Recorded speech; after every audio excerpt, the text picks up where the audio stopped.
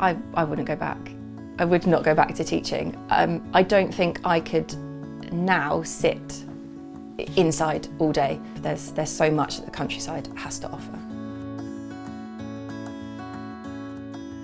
So my name is Chloe Wilcock. I'm a farmer and I run a company called Oink and Udder. We farm rare breed livestock across most of East Kent. I used to be a teacher, went to university, did a music degree, did a schools direct placement and went into teaching. Did my training on the job, so as part of the schools direct placement you go out and you work and train at the same time, which was absolutely phenomenal. However, funding cuts to the arts, so I was a secondary school music teacher, meant that teaching just wasn't what I had expected it to be. So decided that maybe farming might be for me, and then stopped teaching and bought my first herd of goats. I think the routine gets me out of bed. It might be not the same for everybody, but I get up at 5:30 and I go out and I do my first round of morning checks, make sure that everything is where it should be. And then I come home, we have breakfast as a family, David goes off to work, and then the boys are home educated. So we crack on with some home education. And then in the afternoon, if there are bigger jobs that need doing, we go out and we do those. You know, stuff like cleaning water troughs and we'll go out as a family, or if there's kit that needs to be moved, I'll come out with the boys and we'll put up cattle panels or set up new electric fence paddocks for stock. So yeah, that routine, it's what gets me out of bed in the morning. But I think also the passion for seeing my livestock flourish, you know, is my responsibility to make sure that they're well fed, well cared for, and that they're like fulfilled and doing the job that I've set them to do. So we did an awful lot of research, and we've still got the books that we were reading at the time, you know, Beginner's Guide to Goat Keeping, How to Keep Goats, Raising Goats in Your Back Garden, all these kind of small scale books that are out there, and kind of talking to other people. You know, Instagram is a brilliant tool for connecting people. So we met quite a lot of people through Instagram that were able to give us advice on small scale keeping, which was really useful. And then we kind of, again, learnt on the job. We bought the goats, we knew what we were doing in terms of making sure that the fencing was secure, making sure that we knew that their needs were met, but then past that, there were quite a lot of things that we had to learn on the job.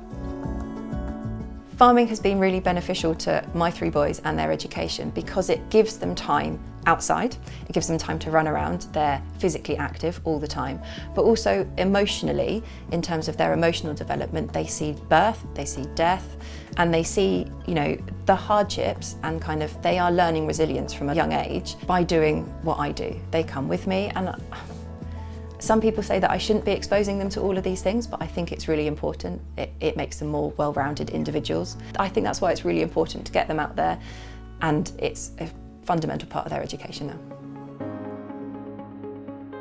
I've just recently been on a course that's been delivered by the Rare Breed Survival Trust. It's a GAP course, which is a Grazing Animals Project course, and it was all about advanced conservation grazing. So putting the techniques that I've already learnt and done into practice, and kind of widening my knowledge base of how those methods are impacting my environment, conservation as a whole, and kind of how I can best get those practices into making my animals productive for me.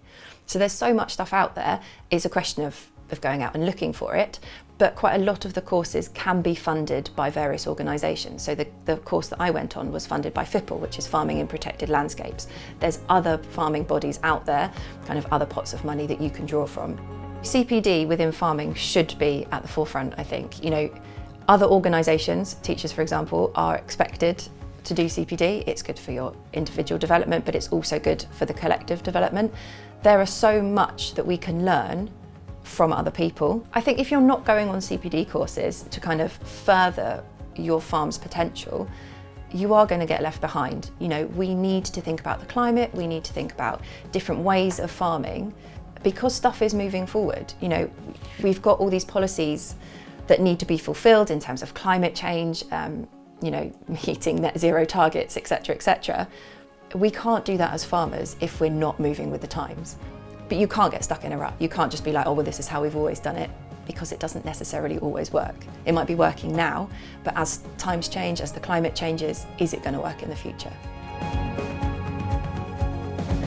I think farming has a kind of a reputation of being very stuck in its ways and very kind of set, this is how we've done it because this is how my father's done it or my grandfather's done it. But I think in today's climate, we need new people coming into farming to bring those ideas so that we can work better with nature or better with climate to make farming work. People still need to be fed, but also we need to look after the environment. So if we can bring everybody's skills together, people that have worked in kind of industry or the energy sector, to bring in their different ways about working, it makes so much more sense to have all that skill set pulled together. And so we need to encourage new people in. So skills that I have transferred across from teaching is most definitely being resilient. You know, there is absolutely no denying that farmers are the most resilient bunch of people out there. You know, the weather changes, you can't harvest crops. The weather changes, you've got to move your cattle because it's too muddy. You know, all those plans that you've got, you need to be resilient to change. Okay, you have to be adaptable as well, and I think that's another one, adaptability. You've got to take the rough with the smooth. It happens. You know, life is messy, farming is messy. You've got to get out there and you've just got to do it. But that resilience and that adaptability, I think, are the key skills that farmers need. They are the most transferable skills that I think I've taken. Probably no practical skills, really. I think if people want to try and make the move into farming, they should get out there, get out on farm, you know, contact your local farmer, you know, even if it's a smallholder, if you know somebody that's got a few sheep down the road, get out there, get involved and see if it's for you. You know, there's no harm in trying. Just go and do it. It is brilliant, but it does take work. I'm going to be honest, it really does take work, but you have to put yourself out there, and there's no harm in trying. If it's not for you, maybe you can find a different route into agriculture or horticulture, but get out and try it.